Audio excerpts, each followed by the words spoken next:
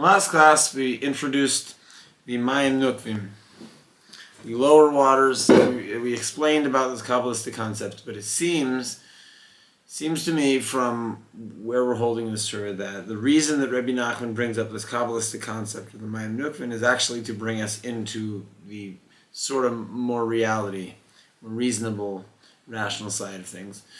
We've been discussing that if we elevate ourselves with a certain way of prayer to a mystical location, then our prayers will help other people's emotions in sort of a mystical way.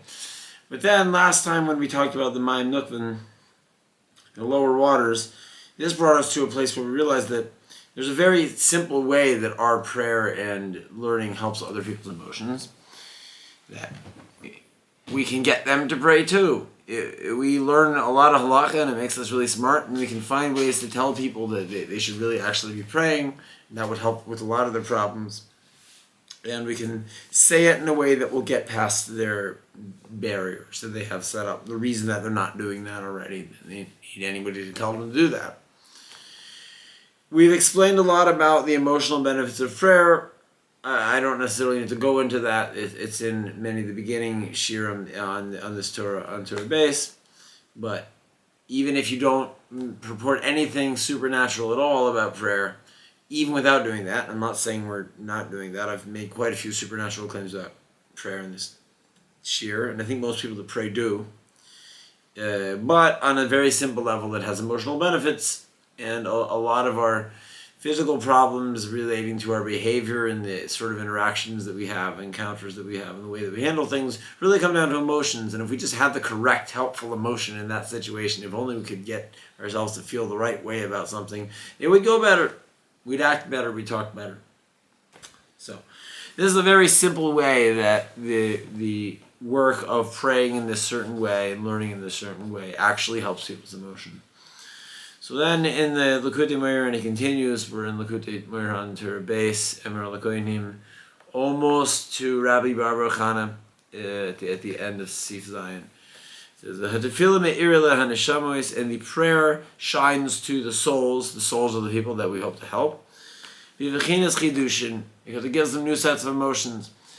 Now, when we explain that supernaturally, we were explaining that our prayers were going to give people new emotions, and that all is, we consider that to be true, right? We are like faith-based here. We don't necessarily need double-blind evidence to things that we have observed happening many times, and experiences that we've had with tzaddikim. Okay, these have been very real to me. We do a lot of things based on faith that we don't have double-blind evidence for in our day-to-day lives. So, something that'll help us emotionally clear way, fine.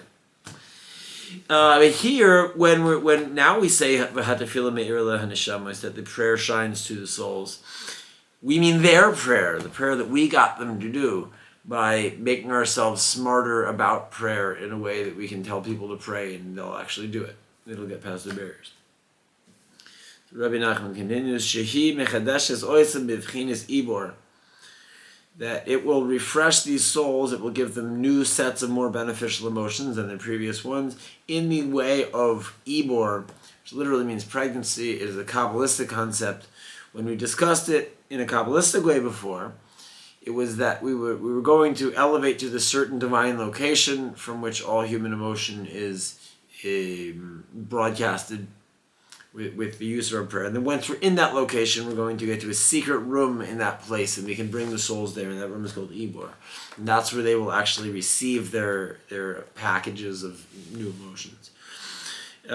Here, Ibor, it also is a reduced state of intellectual arousal, or just intellectualization in general. Someone can be very in their own intellect. They can have what they consider to be moichin de gadlus, which is the high Kabbalistic level of having a very, very active brain that can make huge connections and sort of see the whole big picture. It's the most intelligent state of the human condition. And then before moichin de gadlus, there's a stage called Yanika, where it's sort of like we're in the student phase. It literally means nursing. But the Kabbalistic concept is that we are receiving information. We're receiving it well. We're like a smart student. We don't see the whole picture, but we have details good, but we're still in a receiving mode. But still, we're engaged with our own ideas. When the Rav tells us something, the Rav tells us if you cook meat and milk together, then you can't eat it. We'll say, well, if I just sauce it together, Rabbi, is that called cooking? Right? We will challenge the teacher at that point. But then more humble than that, and also the state of the least intellectualization of human is called Ibor, which literally means that we're in the womb still. So this is the state of the person who approaches the tzaddik, the person who approaches the person who is very learned about prayer. One of the goals here, we said Kabbalistically that we have to go to this location called Mishpat with our work and our prayer, and then we have to become a shoifet there. We have to become a judge. We have to know so much halacha and be so smart about judging and to be so smart about the law that we can actually function, not just as a lawyer, but a level above that, as a judge in this divine location of Mishpat, and that's how we're going to accomplish what we need to accomplish. So, someone who can do that in the physical world, when they talk, there is so much intelligence in their speech, even if they're saying simple things, that humbles people. Rabbi Nachman writes in a different Torah that the staff, he discusses when Moshe Rabbeinu struck the rock with his stick, and this caused all the water to come out. And he was saying there that the staff of our own greatness is a very useful tool. It's important that we use it in the right place. When we talk to Hashem, we need to be an Ibor. We need to be extremely humble. However, when we talk, we don't say, Hashem, because I did this and this, because I finished this Masechta in the Gemara, you should give me this and this reward. We just say, please Hashem, I want this, please, just for free. Whether I have no idea if I deserve it or not, but I'm asking for it because you tell me I should pray for my needs. So please, Hashem, because you're awesome. Not because anything about me.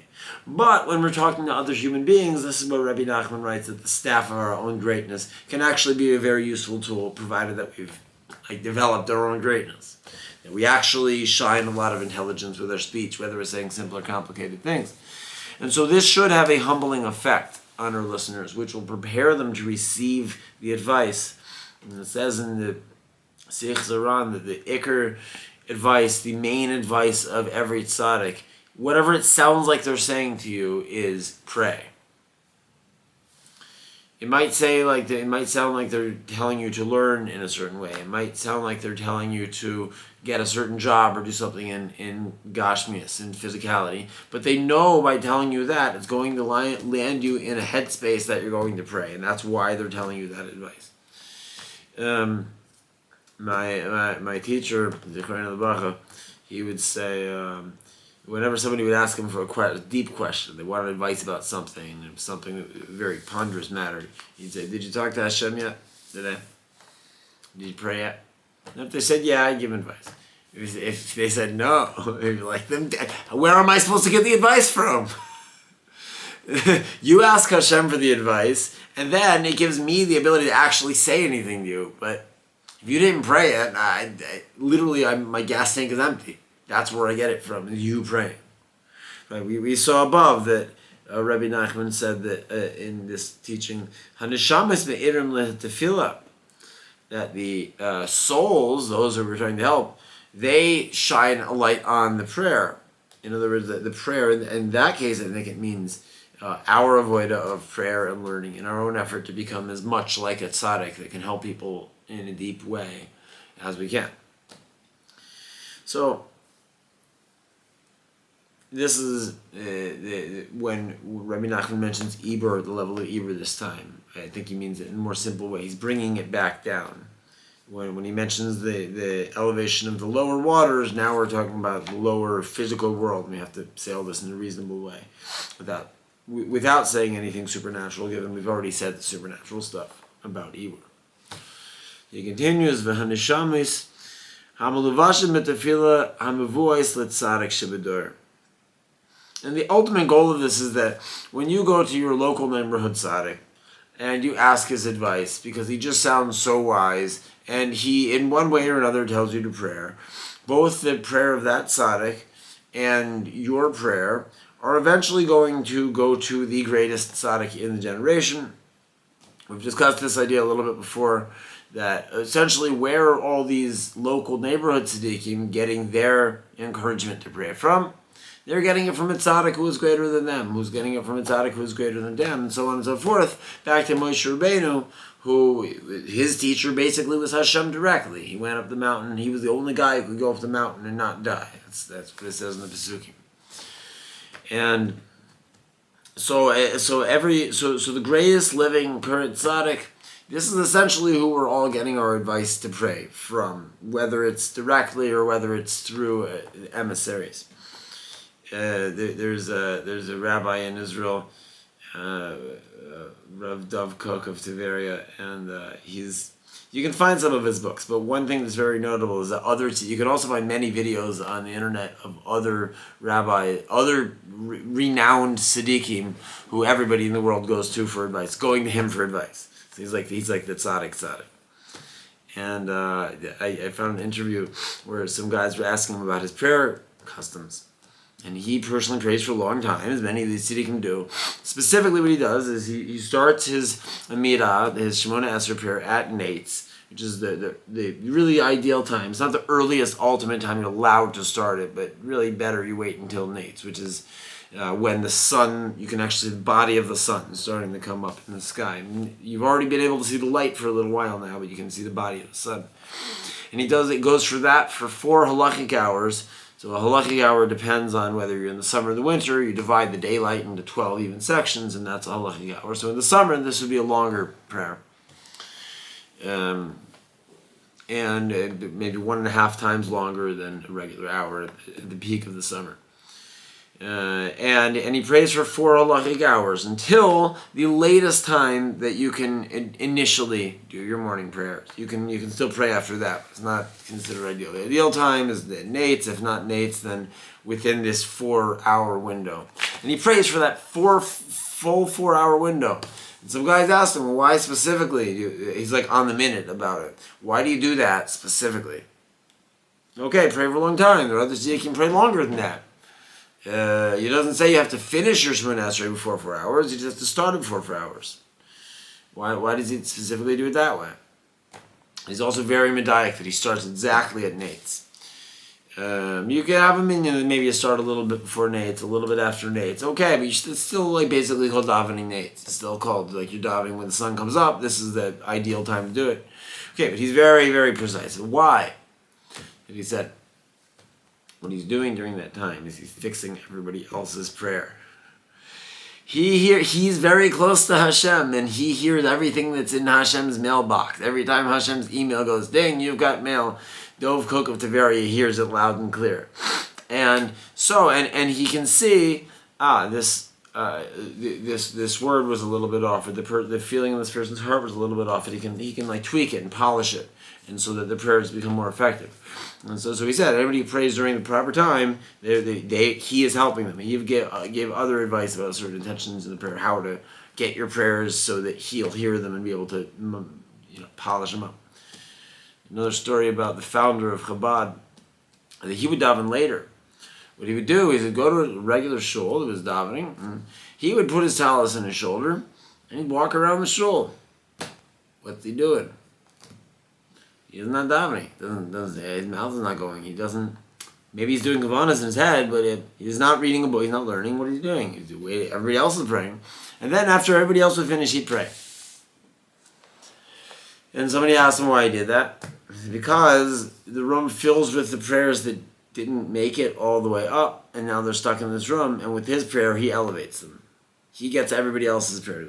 So this is a major focus of tzaddikim, is the rectification of other people's prayers. Just like that, we saw that when we were building the Mishkan, this is the comparison that Rabbi NACHMAN brings in this Torah, when building the Mishkan, we all did our part to make our parts of the Mishkan, but there was nobody that could actually make it stand up, so they had to all bring it to Moshe Rabbeinu, and he knew exactly how to fit all the pieces together. He knew how this guy's prayer connects with this guy's prayer, connects with this guy's prayer, and we make a full, one unanimous prayer that goes to Hashem.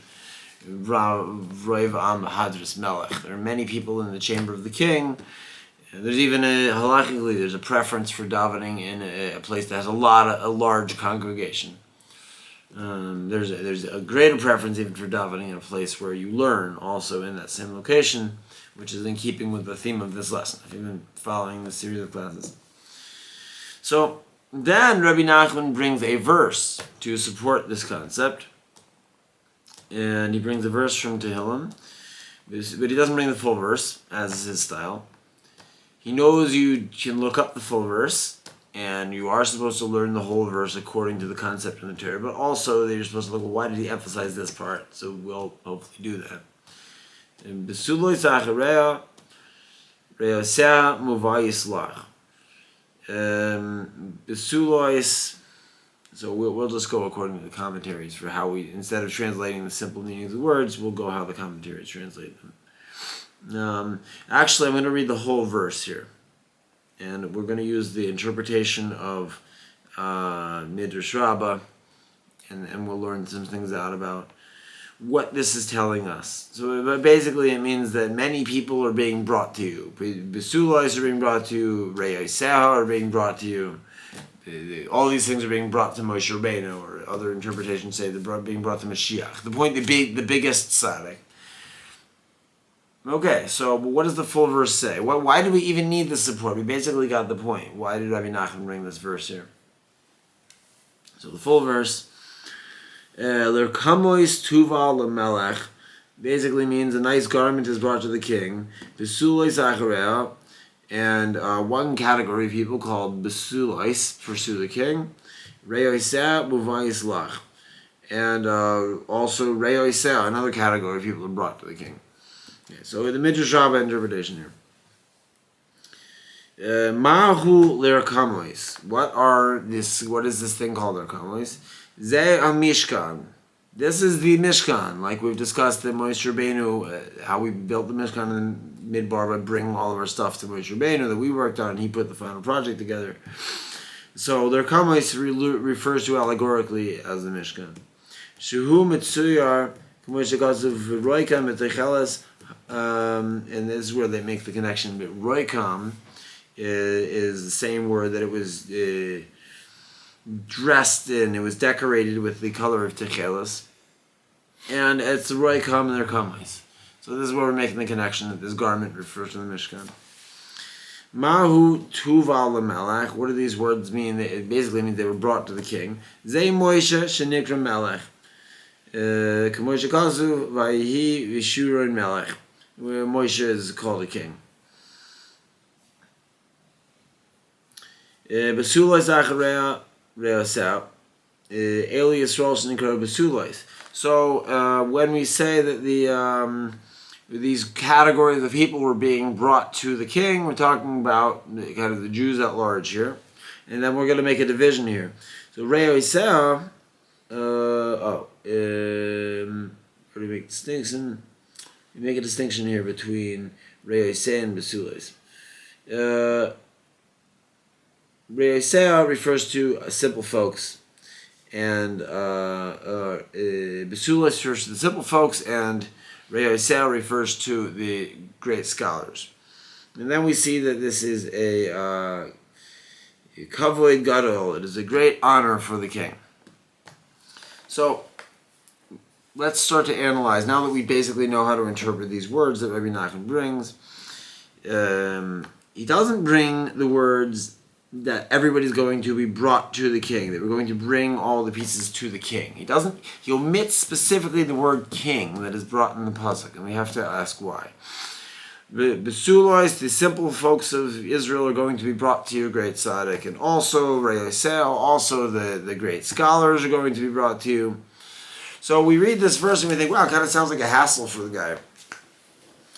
And then we start to make excuses why we don't want to go to the tzaddik. First of all, we already know Rabbi Nachman. He's just going to tell us to pray. He's going to tell us in some clever way so that it'll work better and it'll actually get us to do it, but I could just try to do it myself without going to him, right? So, if we could either say, Besulois, or I'm a simple folk, so it's not really relevant for me to go to the tzaddik. I could just try my best to pray, and when I get more sophisticated with it,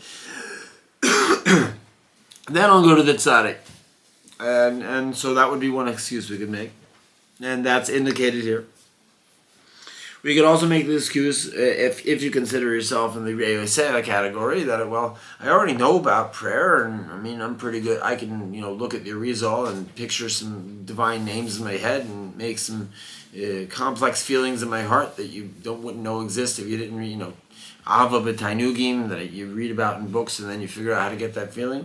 So I don't need to waste the tzaddik's time with that. The people who need more help, the Besulais category of people, they could go to the tzaddik. Right? So these are sort of two categories of excuses that we can make. Now, without even bringing in other words from the verse, we can respond to both of those by darshaning the words of the pasuk in two different ways.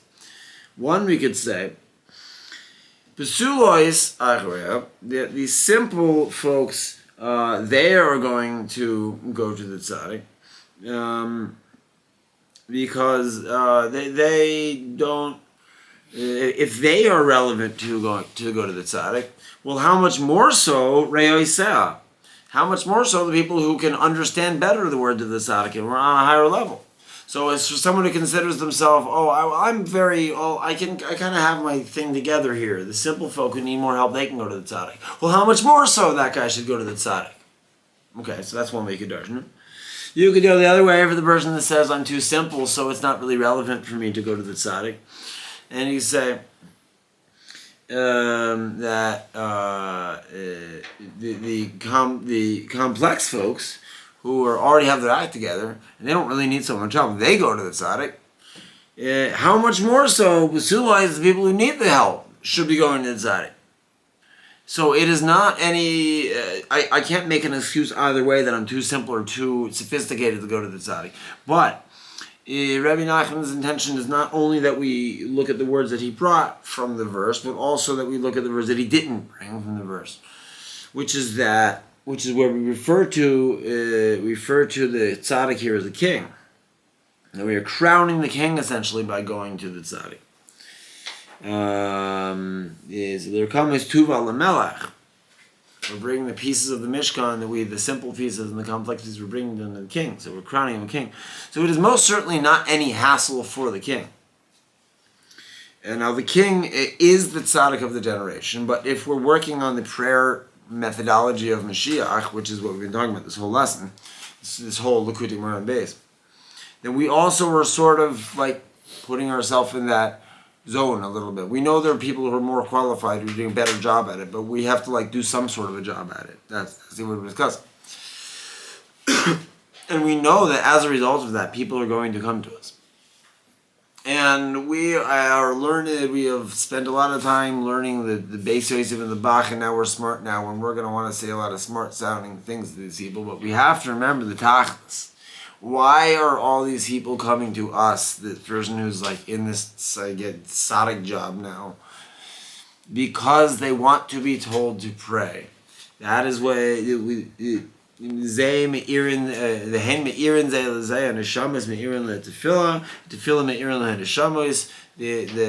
souls and prayer go together. Everybody wants to pray. They just haven't found anybody who can get by their mental blocks about actually doing it, or doing it more, or taking it more seriously if they're already doing it a lot.